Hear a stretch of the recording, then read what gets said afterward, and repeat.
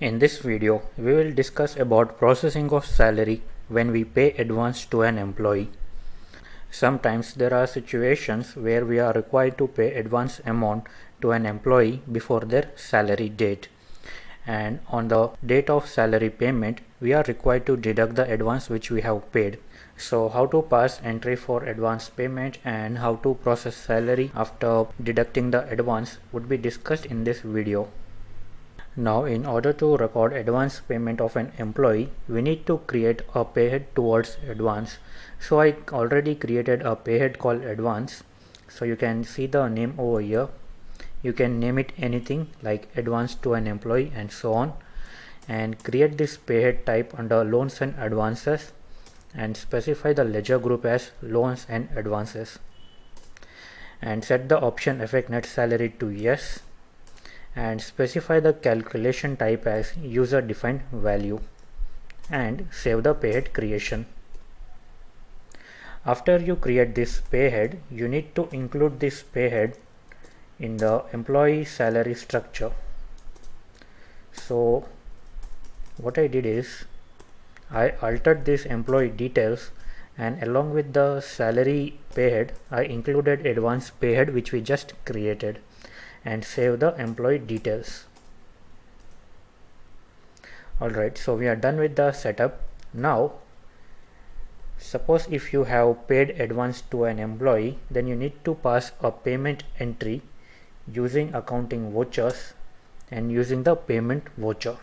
Now assuming that I paid an advance of rupees 1000 to the worker, so we need to debit the advance ledger for rupees 1000 and press the enter key, and you would be asked details regarding the employee to whom we have paid advance. So I paid advance to this worker called worker 1. You need to press the spacebar key in order to toggle the list of employee names. So select the name of the employee and specify the amount and credit the cash ledger. So with this we are passing advance payment entry, and then press Ctrl A and save this entry, and remember the date of advance payment, which is 15th of May. So I save this payment entry. Now I'm going to record attendance of this worker for the month of May. So in the attendance voucher I pass the attendance for this worker on 31st of May, which is the last date of the month of May. So assuming that this worker was present for all 30 days, and I save the attendance voucher. Now we need to process his salary. So press Ctrl F4 and press Alt A and select the option salary over here, specify the name of the worker and specify the salary payable ledger.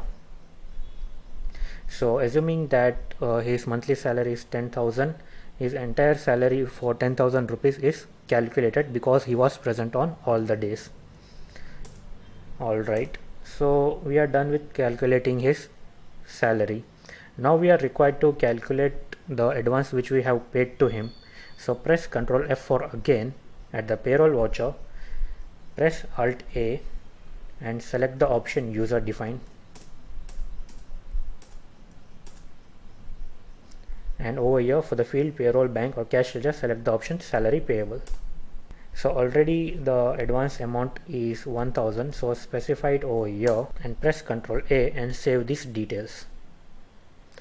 And now we are required to make payment towards the salary in the payment voucher. Now to auto process the salary, press Alt A, specify the pay month, specify the name of the worker, select the salary payable ledger, specify the method of payment. So you can see over here when we processed the salary for this worker, he was present for all the days, so he was liable to get entire amount of rupees 10,000. Since he took advance of rupees 1000 and we passed a payroll voucher entry for the same, now his net payable salary becomes 9,000. So after you make the payment, you need to press Ctrl A and save the payment entry. And you can notice over here that cash balance is displayed in red color, which indicates that it is a negative cash balance, that is we are falling short for this much of amount. so that is why the amount turns into red. So that's it, we are done with the entire payroll section. In the next section we will talk about some tricks which would be useful at the time of recording purchase and sales, and what you're going to learn is something like this. Now when you record purchase or sales of an item, what we want is whenever we record its quantity and something like rate, we want to auto calculate the GST components like this. So we are no longer required to define the GST ledgers for each and every entry, and depending on the type of entry, for example if the transaction is an interstate transaction, then we want IGST ledger to be selected, and if it is an intrastate transaction, then we want CGST and SGST ledgers to be selected. So if it is a local sale, we want CGST, SGST ledgers to be calculated, otherwise IGST. So what we are doing essentially is we are modifying purchase and sales vouchers to include some predefined ledgers. For our example, we will include this CGST and SGST ledgers along with round off ledger. And once you learn those methods, then it can be time saving to record all the purchase and sales.